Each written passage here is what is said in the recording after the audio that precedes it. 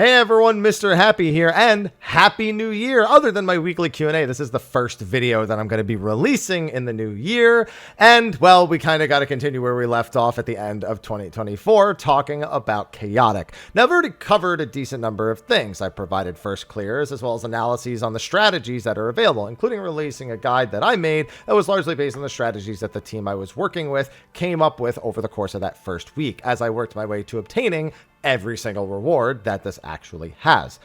But there is a bit of a question about the success of the content and how it has been perceived thus far. And that is something that I want to do a little bit of a deeper dive into in this video.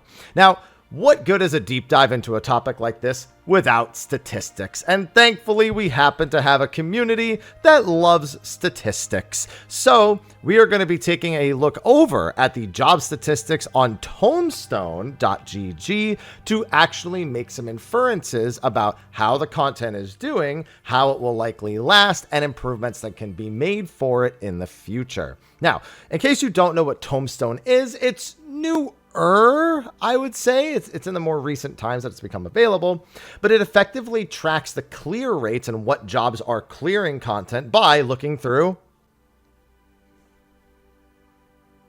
logs. Yeah. Yeah, it reads through FF logs and looks at all the submitted logs and is able to determine which ones are clears, how many wipes are. It actually does a whole lot of data, and I'm going to be using it for probably one of the more rudimentary purposes that you could use it for in this video. But it does have an approximate clear rate of the content, and we're gonna see some fun things when we look at that. So we're gonna see the total number of different characters who have been able to be publicly recorded as cleared, and their data center breakdown. We can also look at the job breakdown, which I don't think is actually that important for this style of content, though I do have one anecdotal injection about job choice when it comes to doing Chaotic Cloud of Darkness. So let's take a look at the data. So the first number I want to draw your attention to is this one, and it's a pretty straightforward number, the total characters with clears by data center. So this isn't the total number of times the fight's been cleared. This is the total number of individual characters who have been recorded as clearing the fight. And in the 2 weeks since the content has released, it's at about 81,323. Now that is a pretty good number, all things considered. For those of you looking for any other sort of measurement, Unending Coil of Bahamut, which has been around for 6 years, has 63,000 total recorded ones. Now, I'm not saying that that number is going to be completely accurate because I don't know how Tombstone actually pulls from those older logs. But even if you were to look at something like Top, which is 43,000, this is almost double that in basically about 2 weeks. Now, it's not an ultimate level content, but it does show at least a decent amount of participation amongst the community. Keep in mind that later we'll be looking at the number of characters that have actively progressed the fight and how far into the fight they actually are. That being said, 81,000 is a number that I actually think is too low in 2 weeks of time.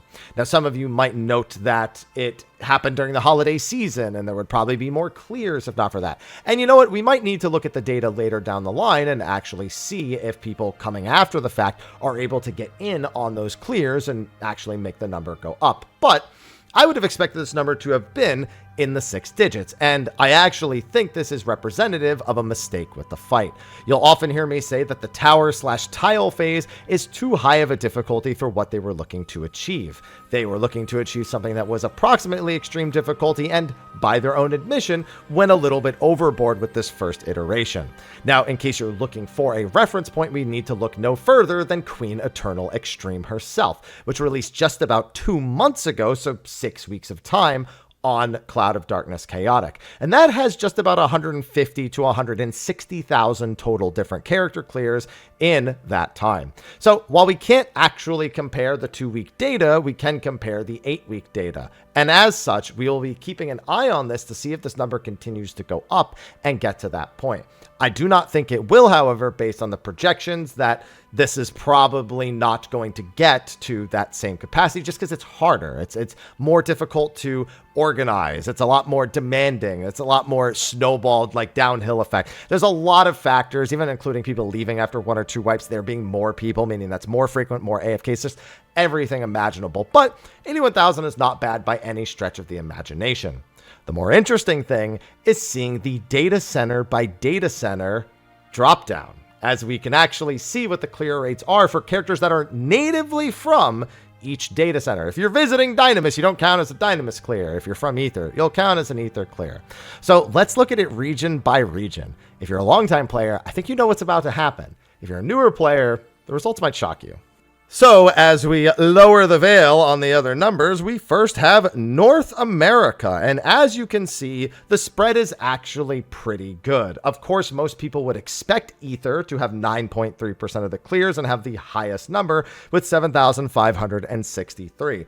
But I'll say that Primal and Crystal are both actually doing fairly well. Primal only being a couple thousand below that, and Crystal a couple thousand below that. I often say that, most of the NA data centers other than Dynamis are actually okay for the most part. With data center travel, it's of course realistic that Ether players are traveling to Dynamis or Crystal players are doing it on Crystal. So there's actually a pretty decent spread with a lot of Ether not always being easy to get into. So it's actually been fairly healthy on most data centers, especially with Discords running them on Dynamis and whatnot. And even Dynamis, 701 players natively from Dynamis. It has the lowest active population, so that's not really that much of a surprise. But you're already looking at, what is that? Just quick math off the top of the head, carry the 3. You're looking at like 16, just under 16,000 total clears across NA itself. And during the holiday season, the new year, people going back to it, it's actually pretty decent. It's definitely better than I expected it would have been. But I want you to remember these numbers because in total, you are looking at 13 to 17. You're looking at about 17% of the total clear rate, a little bit more across all of the regions. Next, we drop the list down again, and we check out Chaos and Light, which make up the European data centers. Now, it's only 2 data centers, and there's a lot of different language communities there, so they've managed to achieve just under 11,000 total clears in the course of these 2 weeks, making up about, like 13%? Yeah, a little bit more than 13% of the total clear rate. So between NA and EU, we're looking at about 1/3, a little bit less than 1/3 of the total clears. Some of you already know where this is going. But yeah, they're looking good also. So, we're looking at, just about 26,000-ish clears between the 2 regions, almost 27. But like I said, things get interesting from this point. Now, of course, we can't forget the GOATs themselves, OCE, over on Materia, which is rocking 1% of the total clears. It's rocking 865 players who have managed to finish it, and that's higher than Dynamis. So that's, they're doing it. But it's fair to say that those don't really come close to adding up to 100% across 3 of the 4 regions that the world has. What actual... I should really punch it into a calculator real quick. All right, so we are looking at, unless I punch something in wrong, 34.43% of the clears between the first 3 regions. So, goes without saying that when we drop it down for the last 4 data centers, somehow I always forget there's 4 data centers for JP. The clear rates go up astronomically. In fact, Mana as a single data center has more combined clears than all of NA and OCE combined. And across all of them has the remaining, what is that? Let's do mine. So 65.57% of the clears. That's a lot of clears.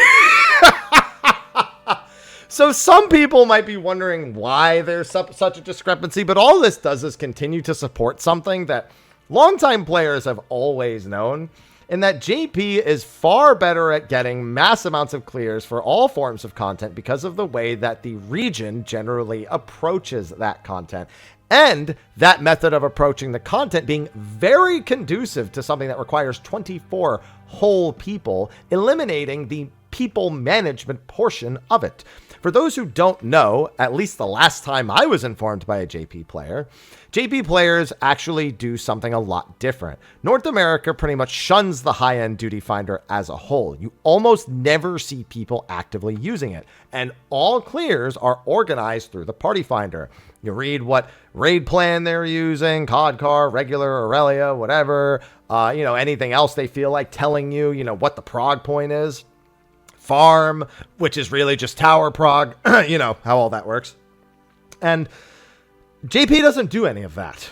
JP has party finders to practice, and they use the high-end duty finder generally to either clear or farm content. So instead of sitting around waiting for party finders to fill, every player is automatically filtered through the high-end duty finder itself. So it takes care of all of the putting together of parties that are done over there. And because of the whole practice and PF clear and re-clear and raid finder style system that they've got in place, it just means that more often than not, when you go into a high-end duty finder, you're looking at a group that will clear and potentially, clear multiple times. Obviously, it doesn't work exactly that way because, you're going to end up leaving and going into another group. But it is a reliable method with which to get through. The other factor is that, and this is going to be funny coming from me, JP regularly agrees on one strat very quickly, regardless of its efficacy, mind you, and everyone just knows it. They pop a macro, everyone picks a spot, and they just go. That's really all that it takes. One of the best examples I remember seeing of this was actually in 011. I went to JP and did 011S with a JP group, and a strategy that was only used in week 1 groups in 011 was still the party finder standard, and that of sticking a paladin in the corner and having them tank invuln through all of the homing missile hits that come out during Pantocrator 2. It was apparently a very standard thing that most groups did, and something that week 1 groups did in NA. Week 1 groups after that week made the Fizz range do it because we realized that you could actually outrun it, and you didn't need to make the tank step out and basically sit there and do nothing for 10 whole seconds. Hilarious that it ended up being that way, but it's what they went with because it was what everyone agreed on, what everyone went with. It's why, as much as I have fun discussing the differences between raid plan and COD car, and I did in my video going over the pros and cons of both, and having, of course, my own opinion about which one was better. The bottom line is that just agreeing on one thing does indeed more greatly benefit the community than trying to find the perfect right thing. And that's something that they have generally been better than us at for pretty much ever. And it's reflected here in the clear rates. So I'm sure this number is actually higher than this. This was the number it was yesterday, and I refreshed the site today, and the number didn't go up. So I don't know when the site itself actually is going to refresh. But then at least the trend here we will see is going to be the same. And it's that JP is better than everyone else. Which, again, longtime players already knew, but it's funny to look at all the same. Now, while I was going to immediately jump into the progression rate for characters, which you can already see kind of the top bar for below, I wanted to quickly take a look at the job spread. Now, job spread in Chaotic is not something that is really that important because, quite frankly, there's not really many benefits across any of the jobs that you could take throughout the fight. It's actually a decent representation of the number of people that actually play jobs across the different skill levels in the game. You'll often hear, for example, really hardcore players talk about how White Mage is, kind of just lackluster. It doesn't do anything better really than the other ones, but here you go. White Mage is indeed one of the most played healers across the game because it is the most beginner friendly. People who don't normally play healers will often pick up White Mage and play through it, especially when they're doing things that are mid-level content like this. And that is represented in the numbers. You'll also see, of course, Viper is still a big mainstay and is really good in this fight, mind you. But all the melees are in pretty good spots and do especially good in this fight. The tanks, Paladin, very strong right now. Dark Knight, since its changes recently, very highly represented. Warrior, always popular. And Gunbreaker, just normally, that's a very select subset of people who play it, even if it is doing well. Dancer, no surprise, the most represented job there. Also, very interestingly, seeing Machinist being more represented than Bard. Now, that doesn't really say anything about the fight, but like I said, it gives you a pretty decent idea of the number of people playing each of these jobs, and that's interesting to see that despite us very regularly talking about Machinist and how, it's kind of a, well, that it is actually still higher representation than Bard, which is usually considered to be the scarier thing. A lot of people are kind of more afraid of Bard, I feel like, than Machinist. People are willing to just face roll Machinist, even if they don't fully get it. But yeah, that's interesting. But most interestingly is the casters, because while Black Mage is, of course, still the least represented job, we actually have Red Mage being the most, and Summoner and Pictomancer basically being neck and neck. This is actually interesting just because Pictomancer has been a massive discussion because of the recent Ultimate encounter, where the job is absolutely busted. But people have actually started finding that Red Mage may not be as lost of a soul as one might initially believe. Red Mage is actually performing incredibly well in a lot of phases in Fru, and because the fight is recoverable, the raise actually does come in handy on that job. You generally don't want to lose the damage to do it, but running Picto Red Mage, for example, as a double caster comp with then a Fizz range and a melee has been seeing a lot of success, and is something you'll probably hear people who do the fight frequently generally applaud more than you might expect, like a double melee or even a Picto Black Mage composition or something like that. Now in Chaotic, rezzing is a premium, because while everyone can do it, where you res and how many reses you have, regardless of strat, can be the difference between winning or losing. And it's actually one of the main functions that I'm going to get into when we go back to talk about the clear rates and the progression rates, which we'll be looking at in a second here.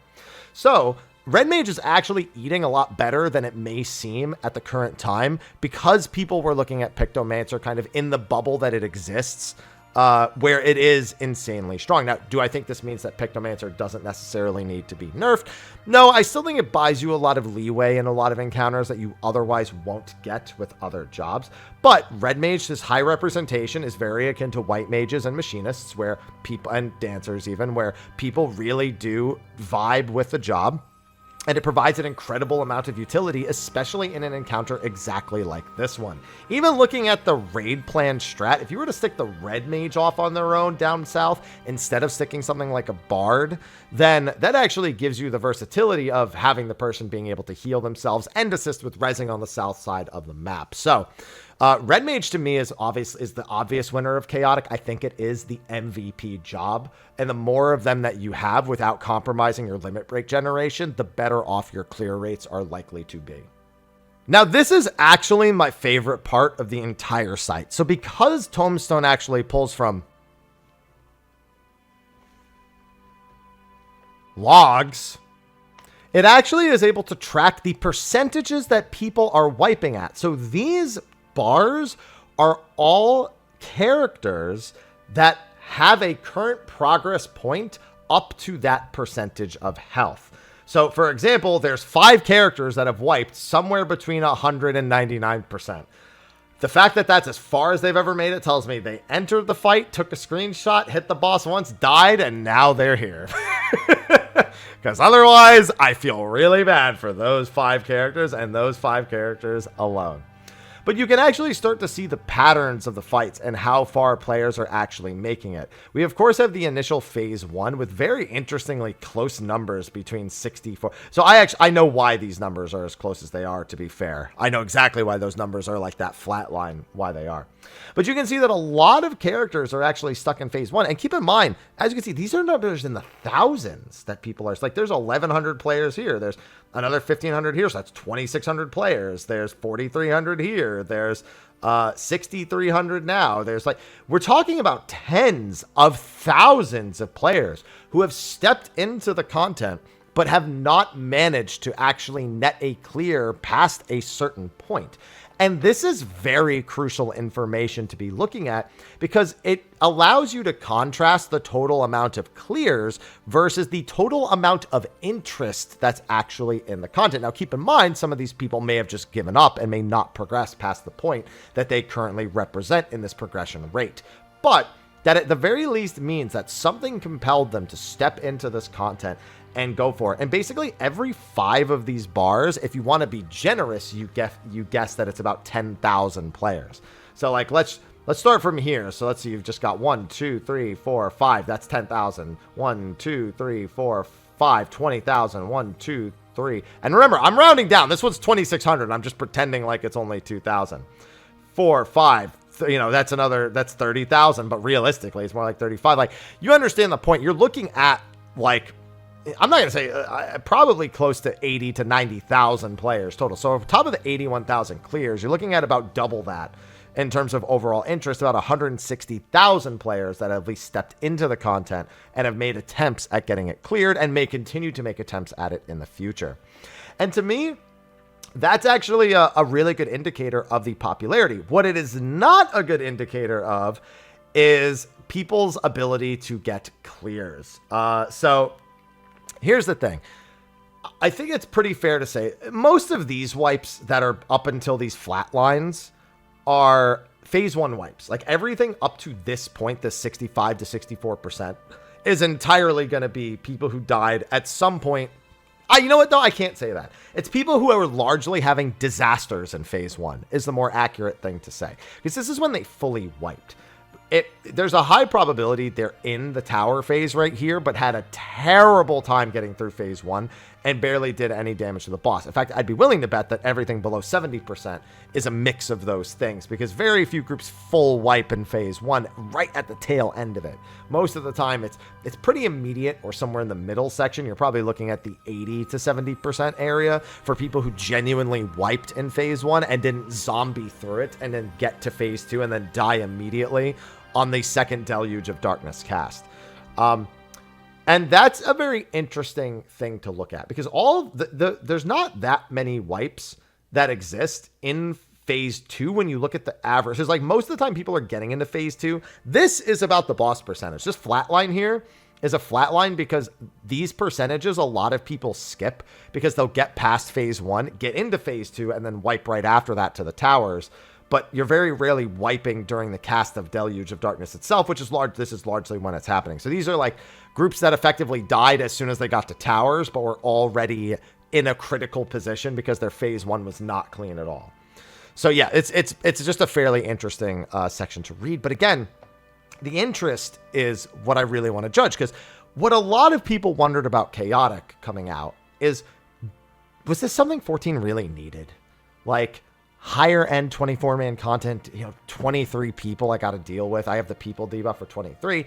But I got to admit, when 160,000 plus players during a holiday season especially are attempting a brand new piece of content, even if only half of them get a clear, as long as the content continues to remain run, which hopefully it will, whether that be through Discords or general Party Finder interest or limited time bonus interest, that is generally considered a success. Now, that being said, I think that these wipe percentages are also indicative of several other things. A lot of players stepping into high-end content for the first time. I actually, I did a few coaching sessions for people who were new to the Chaotic, but not necessarily new to 14. One of them, she was relatively new to 14. She really hadn't done much. I think like an extreme or two and like a savage fight, like 1 or 2 savage fights. And they came in and they were able to pretty freshly learn all of this. But a lot of people don't have the luxury of either having somebody coach them through an encounter one-on-one, or they don't have necessarily the same learning curve as this individual actually did. And I found that all the individuals I coached actually did have a really good learning curve and were very quickly able to make their way through this encounter with just a little bit of an extra push. And a lot of these players are not players that are going to have that. They're players who are going to come in and they are going to have to kind of get into the deeper end. But that's something that's good for Final Fantasy XIV, because amongst 24 people, the constant madness of Phase 1 teaches you some personal accountability, and the more strict aspects of Phase 2 teach you kind of what is standard Final Fantasy XIV. You know, making sure you understand exactly where you need to be, what the plan is, being able to stick to it, and eventually, as you progress as a player and mature as a player, actually recover. But I do think they missed the mark a little bit, and I think that 50% clear rate is a little bit lower than it probably should be. Like I said, they have admitted that Phase 2 is harder than it was originally supposed to be, and is harder than their goal for what Chaotic should be. And I think it is the hardest phase we will see from Chaotic for a time. I think they'll end up doing this again by accident at some point. But I think that where Chaotic will function best is slightly harder than phase 1 difficulty and not as many absolute body checks like we have with the towers. The towers, mind you, the only part of the body check for those that's absolute is missing a tower completely. Partially missing a tower gives you vuln stacks per person missed, but a fully missed tower is what instantly kills everybody by doing 200,000 damage.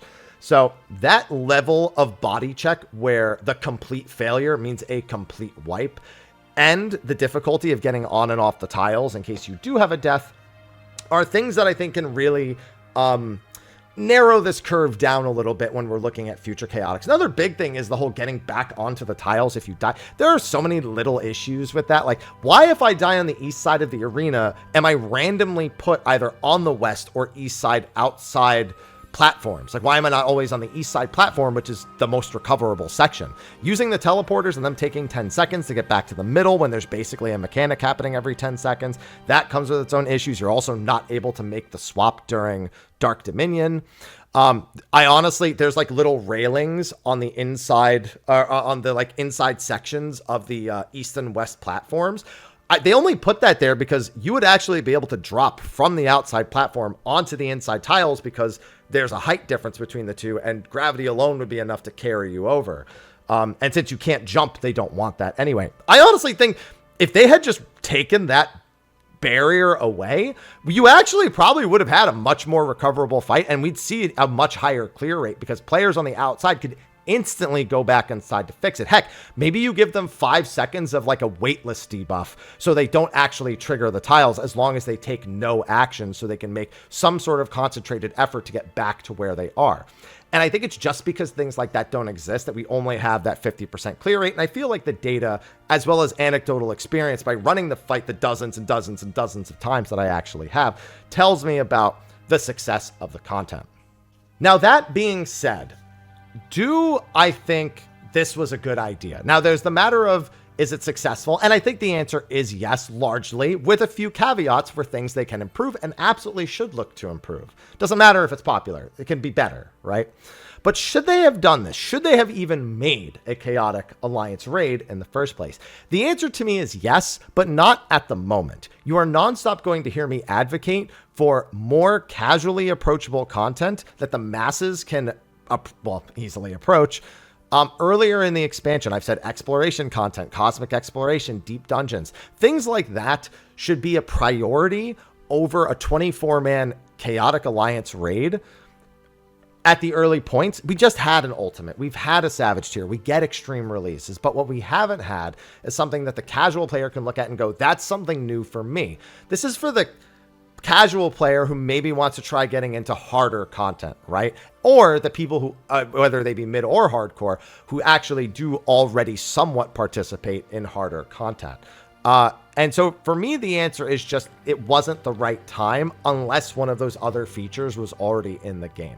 And it's a lesson that you're going to hear me just drive home all expansion. I do not want 8.0 to be another expansion where stuff that I like comes out. I like stuff like this. I like Ultimate. I like Savage. I like Extremes, but that other people can enjoy. I'm selfish when it comes to wanting the content I want, but the sensible one in me wants that large scale stuff that I also like, but that more people can do. And I think that it sends a really weird message to release a Chaotic Alliance raid before a lot of that more approachable content. Not to mention that stuff like this is really good during points where there aren't a lot of other simultaneous content releases. You know, like a 0.5 patch, for example, fantastic time for something like a Chaotic Alliance raid.